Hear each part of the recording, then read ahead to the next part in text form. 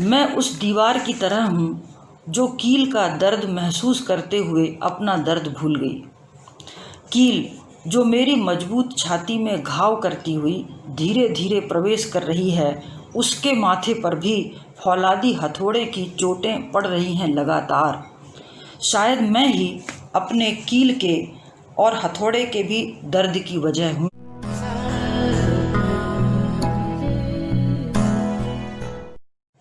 नमस्कार, मैं लक्ष्मी पांडे, डॉक्टर हरि सिंह गौर केंद्रीय विश्वविद्यालय सागर के हिंदी विभाग में अध्यापक हूँ। मैंने इसी विश्वविद्यालय से पीएचडी की, यहीं से 2009 में डीलिट की। भारतीय काव्य शास्त्र में मेरी 30 पुस्तकें प्रकाशित हैं, जिनमें 2 उपन्यास हैं। एक पहला उपन्यास अपरिभाषित और दूसरा उसकी अधूरी डायरी। तीसरा उपन्यास शीघ्र प्रकाशित होगा। लेकिन आज मैं मुखातिब हूँ आपसे शिव कुमार श्रीवास्तव जी के संबंध में बात करने के लिए। शिव कुमार श्रीवास्तव का जन्म 4 जुलाई 1928 को पचमढ़ी में हुआ और मृत्यु उनकी 7 अक्टूबर 2007 में हुई। शिव कुमार श्रीवास्तव सागर में 2 बार विधायक बने और इसी विश्वविद्यालय में 2 बार कुलपति बने। वे बहुत ही सरल, सहज और कवित्वमयी व्यक्ति थे। दुबले, लंबे, सफ़ेद पजामा कुर्ता पहने, पान खाए हुए, स्कूटर से घूमते हुए वे शहर के लोगों को, अपने मित्रों को प्यार से और आत्मीयता से प्यारे भाई कहकर संबोधित करते थे और शहर के लोग प्यार और आत्मीयता से, आदर से उन्हें भाई साहब कहकर संबोधित करते थे। वे बड़े निश्चल मन के और अहंकार रहित व्यक्ति थे। उन्होंने बहुत सारी कविताएं लिखी, निबंध लिखे और 2 उपन्यास लिखे। उनके अनेक कविता संग्रह प्रकाशित हैं। उनके कविता संग्रह तुम ऋचा हो आज मेरे सामने हैं और इसमें से कुछ अपनी पसंदीदा कविताएं मैं आपको सुनाना चाहूँगी आज। पहली कविता है तुम ऋचा हो। तुम ऋचा हो, मंत्र हो या श्लोक हो, प्राण वासंती अधर पर और नैनों में अबरसा मुग्ध सावन हो। प्राण वासंती अधर पर और नैनों में अबरसा मुग्ध सावन हो। धूप हो, नैवेद्य हो दीप स्नेहिल प्राण, पूजा की तरह से पुण्य पावन हो। चाहता हूँ आंज लूँ तुमको द्रगों में, प्रिय तमिश्रा का तरल आलोक हो। नर्मदा की घाटियों के रंग तुम में और शिप्रा की सजीली धार हो तुम। एक नन्ही नाव जैसी दृष्टि मेरी, सृष्टि के सौंदर्य पारावार हो तुम। रूप हो तुम, प्रीति हो तुम, व्यक्त हो तुम, व्यक्ति हो या लोक हो। अर्चना हो, अर्पणा हो निमंत्रण वर्जना हो। हर प्रलय में सर्जना हो, प्राण नीलोत्पल कमल नव मल्लिका हो। आम्र हो कि अशोक हो, तुम ऋचा हो, मंत्र हो या श्लोक। एक दूसरी कविता है उनकी, मरुस्थल में खो गई पूरी नदी। विमल जल को पी गई है रेत, मरुस्थल में खो गई पूरी नदी। लहर बनते हुए मिटते हुए टीबे, एक सीमाहीन सागर रेत का। मंत्र कीलित नदी की कैसी व्यवस्था, कौन सा अनिवार्य बंधन अजनबी संकेत का। पथ बदल कर खुद गई उस ओर धारा, इधर प्यासे रह गए हैं खेत।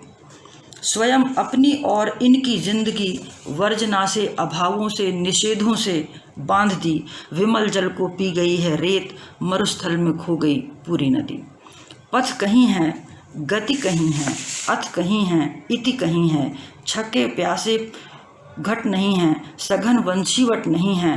दूर तक दिखती नहीं हरियालियाँ, कदम्बों की झुकी फूली डालियाँ। है नहीं नीलम कमल के फूल, रह गए बेबस अजन्मे कूल। सृष्टि के उन्मेष के अनिमेष पल प्रतीक्षा में हो गए पूरी सदी। विमल जल को पी गई है रेत, मरुस्थल में खो गई पूरी नदी। जड़ सभी संवेदनाएं हो गईं। ये जो पैरा है इनकी कविता का, शिव कुमार जी की कविता का, बहुत ही प्रासंगिक है और बड़ा ही मार्मिक है। जड़ सभी संवेदनाएं हो गईं, दर्द तक पैदा न करते दंश।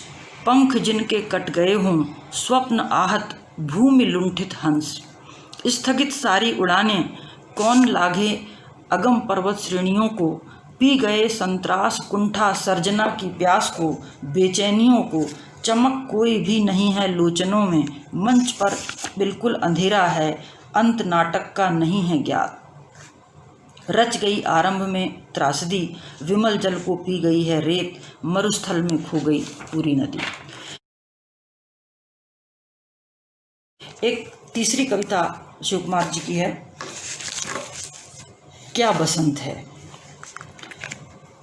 दर्द नहीं आता है कभी सूचना देकर, अनायास अप्रत्याशित बिल्कुल सहज स्वप्न सा, अपने मन के उगे प्रश्न के उत्तर में फिर नए प्रश्न सा। दर्द आंसुओं की अंगुली से बुझते हुए दीप की बाती उकसाता है, मुस्काता है। दर्द छुअन पर यह मुस्कान, सोचता हूँ मैं क्या बसंत है।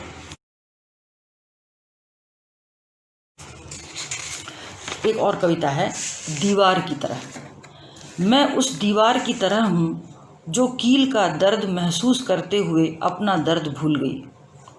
कील जो मेरी मजबूत छाती में घाव करती हुई धीरे धीरे प्रवेश कर रही है, उसके माथे पर भी फौलादी हथौड़े की चोटें पड़ रही हैं लगातार।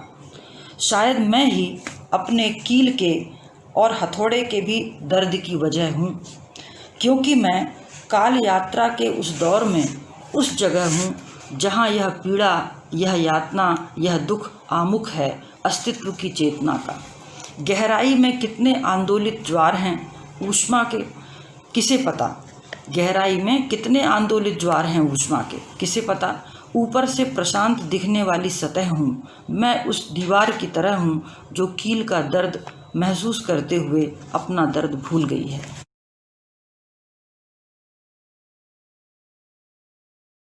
एक और अंतिम कविता आपको सुनाती हूँ।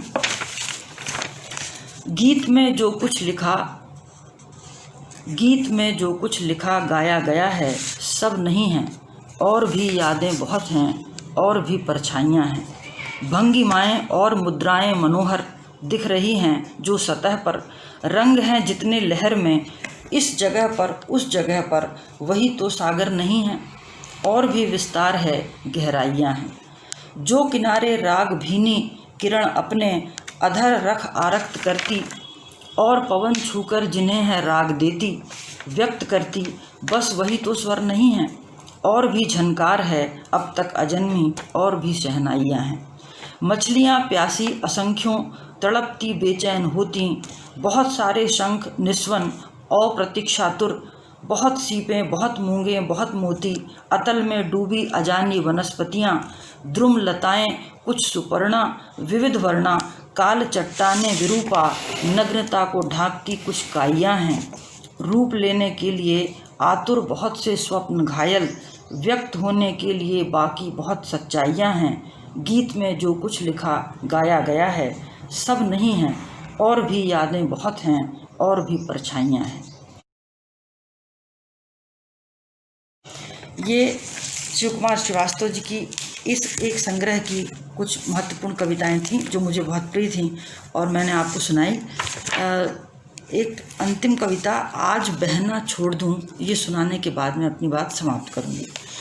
आज बहना छोड़ दूं कुछ देर, मात्र तटस्थ रहकर स्वस्थ रहकर मैं समय की धार देखूं, मोड़ देखूं या गिनूं लहरें, प्रयोजन कुछ नहीं है। आज कहना छोड़ दूं कुछ समय तक मूक पर जागरूक रहकर, प्राण की अभिव्यक्ति की हर भूख सहकर जरा देखूं बिना मतलब, साधना कहकर नहीं इसको पुकारूं।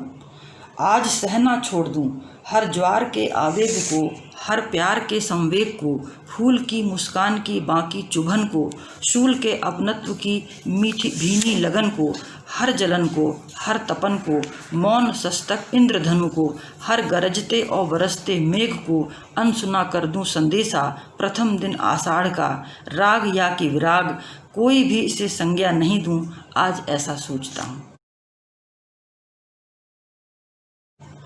आपने ये कविताएं सुनी, आपको निश्चित रूप से शिव कुमार जी की ये कविताएं अच्छी लगेंगी और आपको उनके व्यक्तित्व का यह पक्ष हो सकता है पहली बार नज़र आया हो कि शिव कुमार श्रीवास्तव जी हमारे सागर शहर के कितने महत्वपूर्ण और कितने वरिष्ठ, कितने प्रतिष्ठित कवि थे और आज भी हैं। मुझे लगता है अगर शिव कुमार जी की को रैंकिंग में अगर मैं रखूं सागर के कवियों में, तो आज भी उनका स्थान प्रथम है। आपने मुझे सुना। नमस्कार।